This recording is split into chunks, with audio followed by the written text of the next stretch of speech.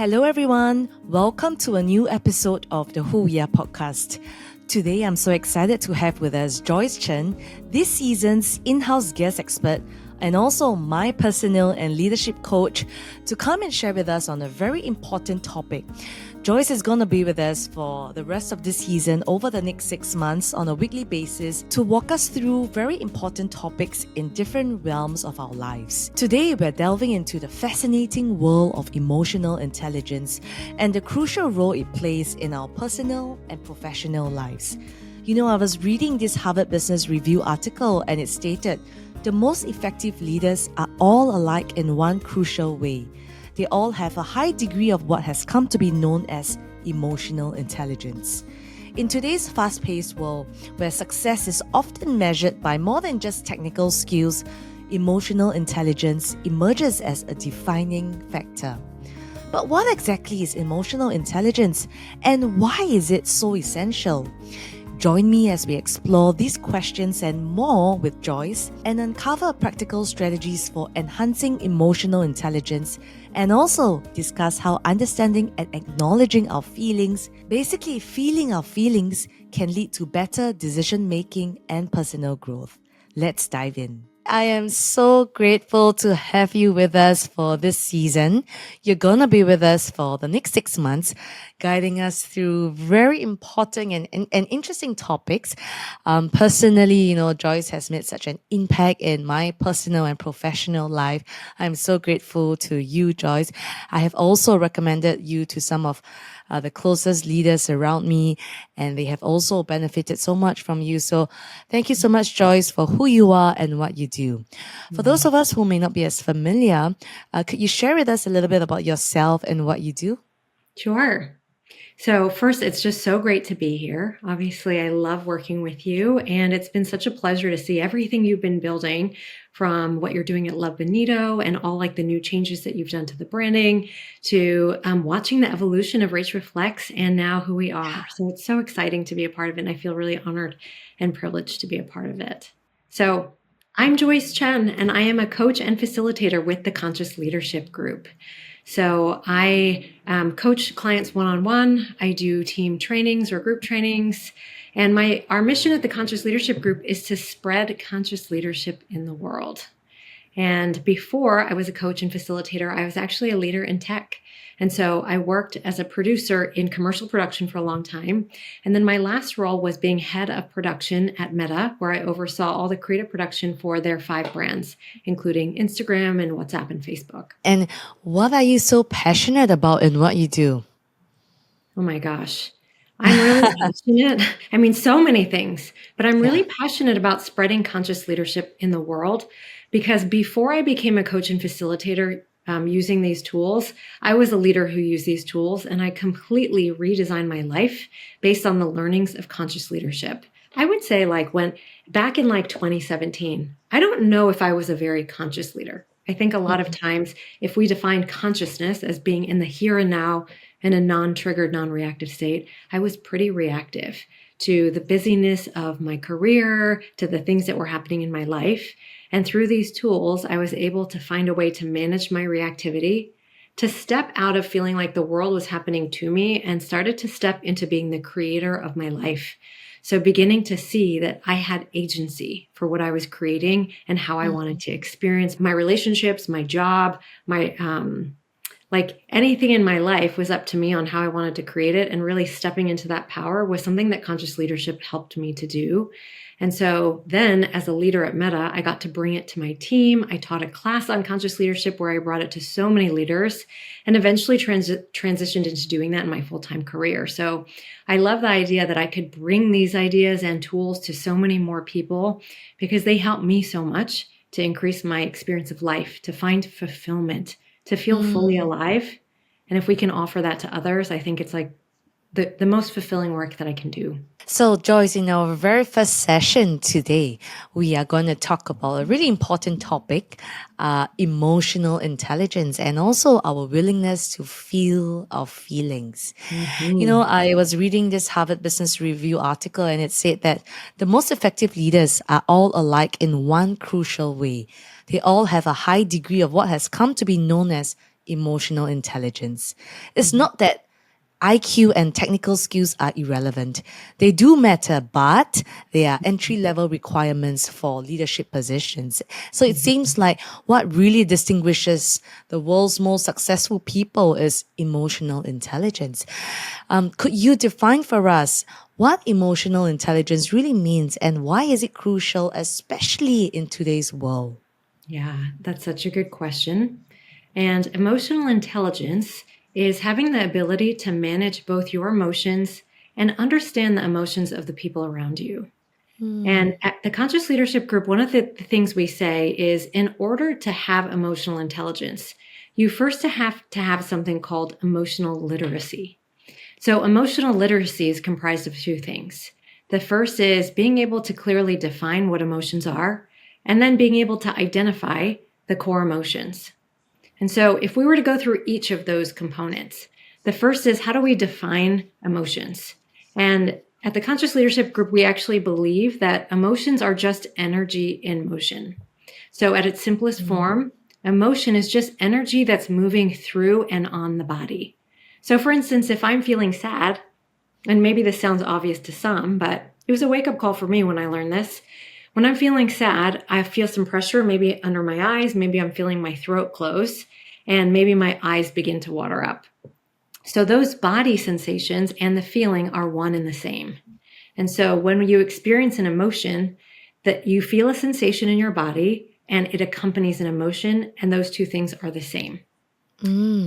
So energy and motion is a really big takeaway because I think oftentimes, and I'll talk about this later in the podcast, we put labels on emotions that some are good and some are bad. And if all feelings are just energy and motion, there's really no good, bad, right, or wrong about any emotion that shows up. It's just an energy that's moving through and on our bodies.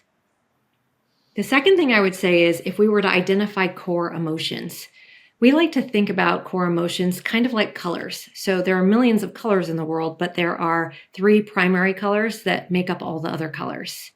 So we like to distill all of the emotions, and there are millions of emotions or words for different emotions, into 5 core emotions. So those 5, if we were to distill them down, are anger, fear, sadness, joy, and creative energy, which is also sometimes called sexual energy. And while this is deceptively simple because it's just 5 emotions, each emotion has a huge range. So anger can be feeling maybe a little bit of tension. It can move to agitation. It can go to full-blown Frustration. rage, right? There's so much inside of each of these emotions, even though it sounds simple to just have 5. And sometimes when we're having a more complex emotion, you can feel multiple emotions at once.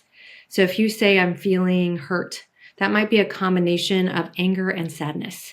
Or if you're saying you feel guilty, that might be a combination of fear and sadness. What are some common misconceptions about emotional intelligence and how can we debunk them? Yeah, so there are so many that I hear as a coach and practitioner. And I've thought about like the 3 top myths that I hear about emotional intelligence. So the first thing I hear is like there are certain feelings that are bad and should be avoided, and that's Yeah. anger, fear, and sadness. And what I want to say about that is putting labels on emotions is something that we learn from the world. We learn it from our conditioning, how we were brought up, what we saw in our environment or in society. And I would say that because emotions are just energy in motion, there is no good, bad, right, or wrong about them.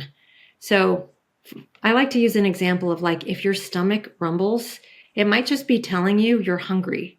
So, in a similar way, emotions are energy that move through your body. And when you feel your cheeks getting hot, it's just some anger arriving to give you a message because all feelings carry a kind of intelligence. They have data or a message for us, which I can talk about later.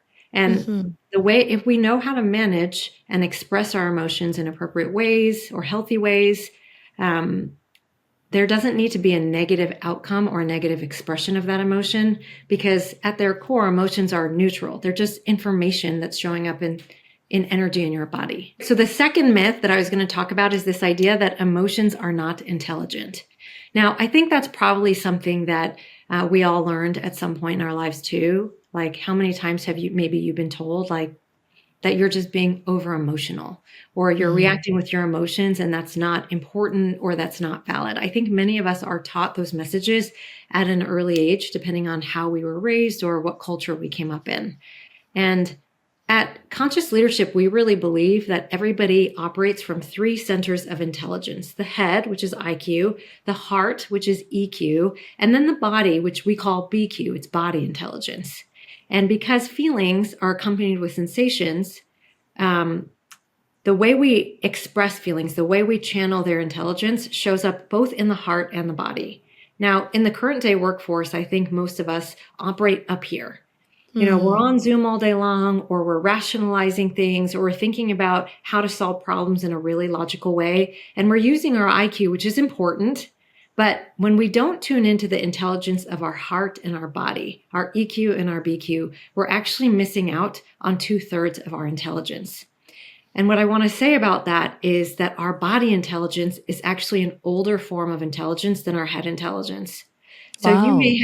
you may have had a feeling in the past where maybe your stomach turns or you get a little nausea even before you have the thought, I'm scared. Or maybe you have some like tightness in your face or your throat begins to close, maybe hours before you even recognize or have the thought, I'm sad.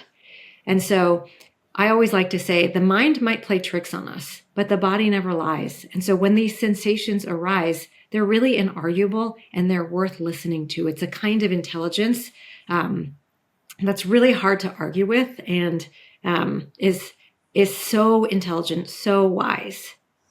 Amazing. No wonder they say the body keeps the score, right? And that is also why, and in my previous conversation with Dr. Gabor Mate, he also said like a lot of illnesses and autoimmune diseases are caused also by emotions like anxiety. There are suppressed emotions as well.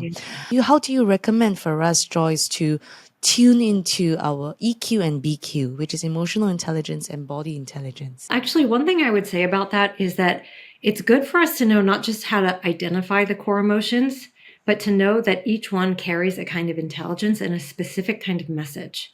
So, Wow. for instance, it might help to talk a little bit about the framework that we use in conscious leadership and we use in coaching called above the line and below the line. So when we are reacting to something or being in relationship with something, including emotions, from above the line, we are open, we are curious, and we are willing to see life as a game of learning. When we are in relationship with anything, including emotions, from below the line, we're in a state of resistance and threat. So each of the emotions carries a really important intelligence. And when we're with them from above the line, we can access that intelligence. If we're with them from below the line, it ends up being shown in a different kind of expression that may not be as helpful. So I'll talk a little bit about what that looks like. So first, I'll talk about sadness. From above the line, sadness is the energy of something that was once important to us, something that was meaningful, is either changing or going away. So when sadness arises, it carries a message and it just asks us, what wants to be let go of that I'm holding on to, but may not be in service of me anymore? So from below the line, if we're in an unhealthy state of sadness, we might be in a place of like, woe is me. It's like a sinking feeling that you feel like you can never overcome that sadness. Instead of using it as a kind of empowerment to look at the world and say, well, what wants to be let go of that my sadness is inviting me to notice? Wow. And then anger is the intelligence of something needs to stop or change. And so anger is really intelligent and something I think all leaders need access to in order to cut and destroy what is not in service of them, their vision, or their teams. And I mean that in a benevolent way, that they know how to get rid of something or to move away from something because it's not in service and they want new things to grow. Below the line anger, when we're in a state of resistance and threat, is about blame and criticism, saying it's your fault, who caused this, or even blaming ourselves. So we want to go for that above the line anger to really harness that intelligence. If we move to the third, there's fear. So fear tells us, pay attention, get present. Something new wants to be learned from what's happening here. So fear usually shows up in our stomach, and it just tells us, like, pay attention. What do we want to learn? When we're below the line around fear, we're stuck in the past that we don't want to repeat. And we're just imagining that it's going to happen again, or we're stuck in a future that we're imagining could happen, but maybe it's really disconnected from the present moment, how we're imagining it. And so we leave the present moment and we get stuck in the past or future, and we worry or we get anxiety around that. So a healthy fear just says, notice, pay attention. And then joy, a lot of leaders say to me, there's no way that I repress joy or I have a good relationship with joy. I want to feel more joy. And that's because joy is the energy and the intelligence of something wants to be appreciated or celebrated. And it's so important to feel joy as a leader so that you can pause and celebrate yourself and your team, and it cultivates well-being. And when you don't have access to joy, a below the line joy, I would say, is circumstantial. Like, I'll be happy if I get a promotion. I'll be happy if I get a raise.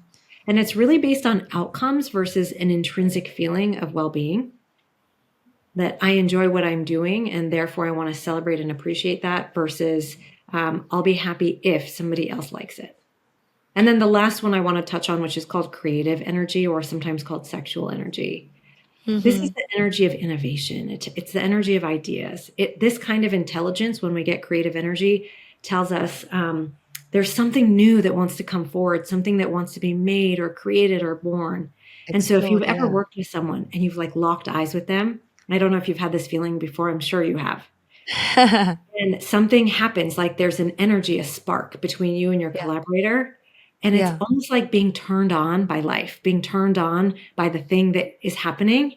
And it's not necessarily sexual. We call it sexual energy because it almost feels like being turned on, but it's like a kind, and it lives in your sacrum in your body when you notice that creative energy is here. But really what it's just telling you is like, wow, something new wants to happen. And what is that? And from below the line, I think sometimes creative energy can get mistaken for lust.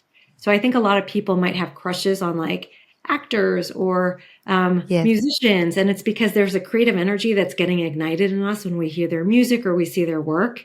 And it can get mistaken a lot of times for lust because it feels like it's moving in your body, especially in your sacrum. What does it mean, Joyce, to be emotionally intelligent, right? How do I know if I am emotionally intelligent? And I'm also curious to understand, like, how does it play a role in achieving success personally and professionally? Yeah. Well, what I would say is it's being emotionally intelligent means having awareness that emotions are just energy and motion flowing through our bodies. And it's a natural and normal human occurrence that has no labels. It's actually just information that our body's trying to provide us with. So if we're able to take stock of what the emotions are first by locating the sensations. So instead of trying to overthink emotions or try to have like a strategy around how to be emotionally intelligent, it's something that's arising naturally in each of us every day in the way that we respond to the world.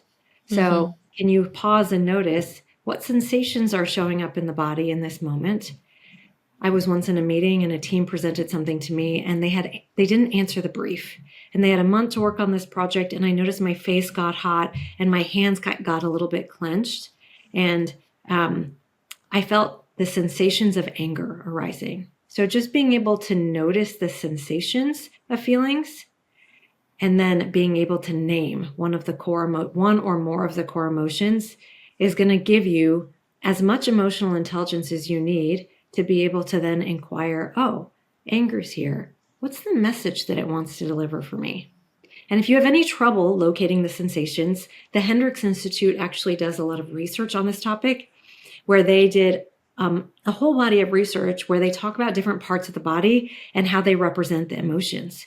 So jaw, head, shoulders, neck, that's where anger shows up. So sometimes when I work with leaders and they have unexplainable migraines or headaches, I might ask them, like, is there something you're angry about that you're not aware of? And then sadness is in the face and the throat. And so if a leader tells me suddenly they feel like their throat is closing or their eyes fill with tears, we might just check, is sadness here? And what wants to be let go of as you're responding to the world? Other areas in the body to pay attention to are fear. Fear is always in the stomach. So if there's nausea, if there's something turning in the belly, fear might be present. And sometimes I work with leaders who have digestive issues, they have severe stomach problems. And if it's not directly connected to some like medical diagnosis, I might just say, is there fear here that hasn't been processed or noticed? Mm. And then joy vibrates usually up and down the spine. So if you notice some tingling in your spine, there might be joy that's been untapped or unfelt. And then Mm. creative energy, like I said, is in the sacrum. So some people describe it as like movement or warmth in their sacral area, and others experience creative energy as tingles in their arms and legs. I've heard both, but those are quick shortcuts to know like, okay, some sensation is showing up in my body. How might I match that to an emotion? And once you have a sense of what that is and what's here, then you can actually inquire about the intelligence of the messages that each of these emotions are bringing. No, that's really interesting. So, bringing us back to the example that you brought us, a few years back when you were in a meeting and the Mhm. team didn't deliver the brief, and you felt, tightness in the Mhm. jaw and your hands. How do you work through that? Yeah, such a good question. So, because I was in the practice of conscious leadership, I noticed that I was having the sensations of anger, and that showed up first, even before I had the thought, this is making me angry. Then I was like, Mm. oh, anger might be here. And I tried to see if I could just own and allow it. So, like, can I acknowledge anger's here? Would I be willing to allow it? And can I appreciate what it's here to tell me? And so, a lot of times when we're noticing emotions are arising, we might just want to breathe because, and that's what I did in that moment. Because when we feel a strong emotion, sometimes what we do is we hold our breath and the emotion gets stuck and it doesn't Yeah. move through us. And therefore, we can't access its intelligence. And so, if we just do a few gentle, deep breaths, and then from there, I ask the emotion, anger, if I know anger is the energy of something needs to stop or change, what needs to stop or change in this moment? And instead of going to below the line anger, which is blame or criticism, I was able just to say in a very clear way without pointing blame or criticism. I just said, hey, I want to pause. I'm noticing I'm feeling some anger in this moment. And without blame or criticism, I just want to say, I asked for this brief to be answered. I'm noticing 10 minutes in that something different is being delivered. And I would love for you to go back, look at the brief, and come back to me when you feel you have answered the brief. But I have a no to spending another 50 minutes talking about work that's not answering the brief. Wow. And so it didn't have to be an expression of below the line anger. And in my conditioning, I grew up around a lot of below the line anger. And so I know how damaging and destructive that could be. And so I was careful not to go to blame and criticism and instead just say, what needs to stop or change? And how can I do Mm. that in a kind, thoughtful way? And my team actually thanked me later and said, thank you so much for showing us what healthy anger could look like. And you were right. We didn't answer the brief when we looked at it, and we'll get back to you in 2 weeks. If I had ignored that, if I had suppressed Yeah. because that would have been another option, just to ignore it and listen to the whole presentation. What would have inevitably happened there is by blocking out that heart and body intelligence, I would have been ignoring an important message that was going to help me navigate this team and my work a little better, or like I wasn't Mm. following my inner wisdom. And so if I had held it back and repressed it, I think I would have been resentful towards the team. I would have started to have judgments around them. Maybe I would have withheld those judgments, and then it could have created an energetic block between me and the team. And so there are lots of downsides of when we don't recognize that an emotion is here and what message it has for us. If we're not willing to listen to that and to use it as a guide as much as we use IQ, there can be some detrimental side effects in the way we show up inside of relationships. How do we know if we are denying it or repressing it? How does it look like? Because maybe some of us, we've been so conditioned to, repress Mhm. and suppress it and deny it that we may not even be aware that that's what we're doing. Yeah, and that happens so much. So I'm really glad that you called that out. I think it's like so common that when a feeling arises and it feels uncomfortable, or if we put a label on it, like as a leader, you shouldn't be scared, or, Yeah. if I'm a friend, I should never show up with anger. There's lots Mm. of stories we tell ourselves around why feelings aren't allowed why they're not acceptable, why we're not going to be approved of or belong if we express that feeling. And so I think one way we know that we're not feeling those feelings is like from a sensations perspective, you might feel some pressurization. And so oftentimes what we do when a feeling comes up and we don't want to deal with it, we either stuff it down. And one thing that can happen when we stuff it down, I want you to imagine like a beach ball, right? So we take the feeling and we push it down. And we're just doing that in the back of our unconscious. I don't want to feel angry. I don't want to feel sad. So I'm going to do something else. I'll stuff it down and maybe I'll drift to another activity. And that drift activity can look like anything that's going to numb us out from feeling that feeling. It could be overeating. It could be drinking. It could be shopping. It could be watching too much Netflix, but something that will take our mind and attention away from that feeling so that we don't have to feel it and we can numb out somewhere else. Inevitably, it takes so much energy to hold down that beach ball that we don't realize it's costing us energy and why we're so tired. And then eventually that beach ball is going to want to come up. And so we'll get tired of holding it. And then one day we let go and it bursts out of the water. And oftentimes what I see is like an extreme burst of sadness or an extreme burst of fear or anger. And it might feel disproportionate to the thing that triggered it. But that's the effect or the downstream effect of somebody that has maybe drifted from their feelings too long, pushed their feelings down, and then it kind of bursts out in an unexpected way. And another thing that we can do to avoid feeling our feelings is to recycle our emotions by telling ourselves stories. So sometimes what might happen is something happens in your life. Say you wanted a promotion and you go in your manager's office and they tell you you're not getting a promotion. Maybe you don't like the way they told you. So your face might get hot. You might clench your jaw. You might notice anger's here. And then instead of pausing to feel the feeling and to take some breaths and to see like what intelligence is here, instead of actually pausing to process it, you tell yourself a story like that person's a jerk. They don't respect me. They've never valued me. I should quit. These are all stories that perpetuate even more drama-based feelings. We call this like drama-generated feeling or thoughts, or another word for it is a cognitive emotive loop. So you feel something, you tell yourself a story that amplifies it, where you're literally like blowing on embers and like reigniting a fire. And then you believe that story, you don't inquire if it's true or not, and then you get more mad. Then you keep telling yourself that story and you get more mad. And it's a really dangerous loop that I call energy expensive. It just costs a lot of energy when we recycle our emotions all the time by believing our stories. Wow. What I would do, there are lots of things we can do, but I just want to pause there in order to move towards releasing and processing feelings versus repressing, denying, drifting, or recycling. Distracting it, Yeah. So the first thing you do is you locate the sensation around. I just worked with a client the other day who said she was putting her mother in a retirement home and that she was unable to work. It was actually causing some like cloudiness in her ability to function. And she had been compartmentalizing, putting that aside and not wanting to feel those feelings. So if I had that client in front of me, I might just say, locate any sensations you're feeling in the body. And based on what I explained on how sensations and feelings show up in your body, she might feel pressure in the face, maybe some tears in the eyes or a closing of the throat.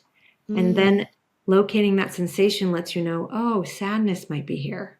So tying the sensation to the emotion, can you notice it?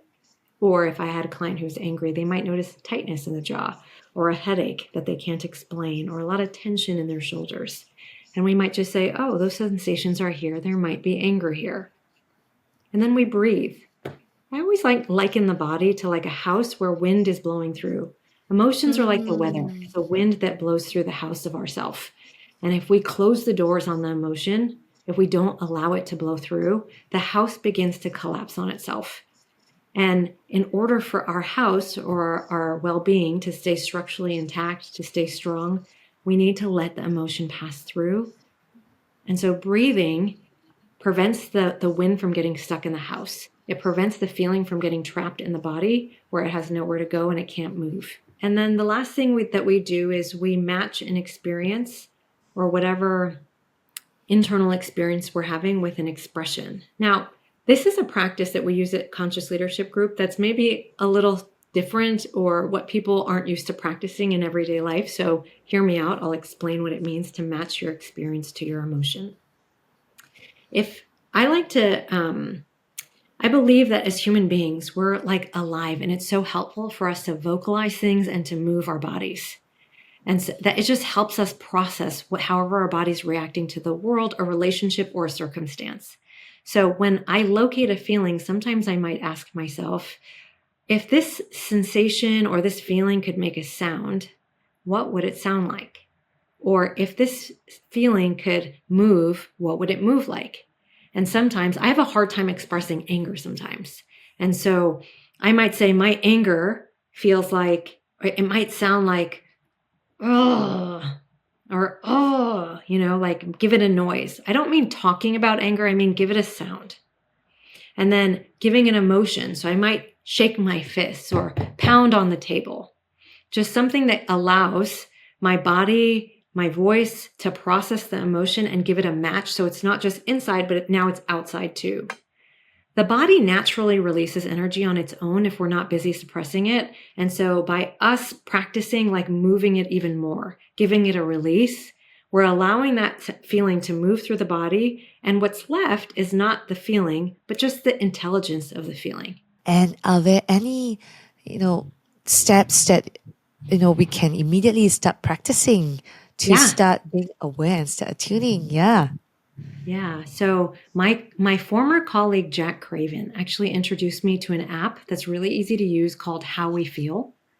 And it's a simple app that helps you take stock of your emotions. So if you're having trouble noticing what you're feeling, you could download this app and just once a day or a couple times a day, like it lets you select emotions so that you just increase your awareness around what's here. And then I always say that meditation is a beautiful practice, whether it's 5 minutes a day or an hour a day, whatever works for you.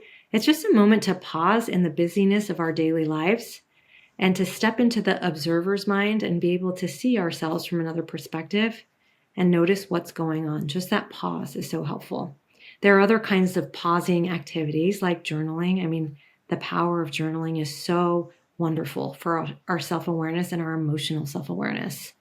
And then I've even done something called bilateral drawing, which is a different kind of expressing emotions. So it's when you take like one hand and you draw whatever you're feeling. And it doesn't have to be pretty. It doesn't have to look like a picture, but it can be sharp lines. It can be wavy lines. So I'll just do that with one hand, and then I'll switch the other hand, tune into what my body is feeling or what emotions might be here, and then I'll draw with the other hand. So it's a practice called bilateral drawing where you're actually able to do a little bit of that match by noticing what's showing up in the body and then drawing it out.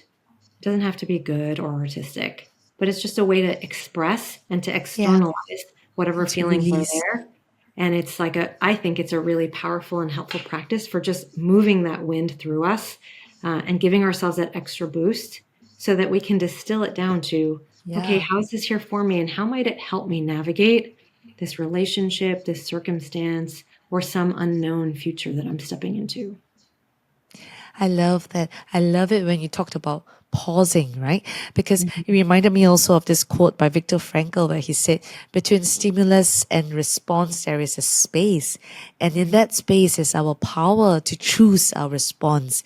And in our response lies our growth and our freedom. So I think so many times, like you talked about in the very beginning, we don't have to react to every emotion that we're feeling, but really in taking a pause and to letting and to breathe through it, I think, and then after that extracting what it's trying to tell us and the intelligence behind it is so helpful for us. So thank you so much, Joyce. And if you have any last words on this topic at all for us.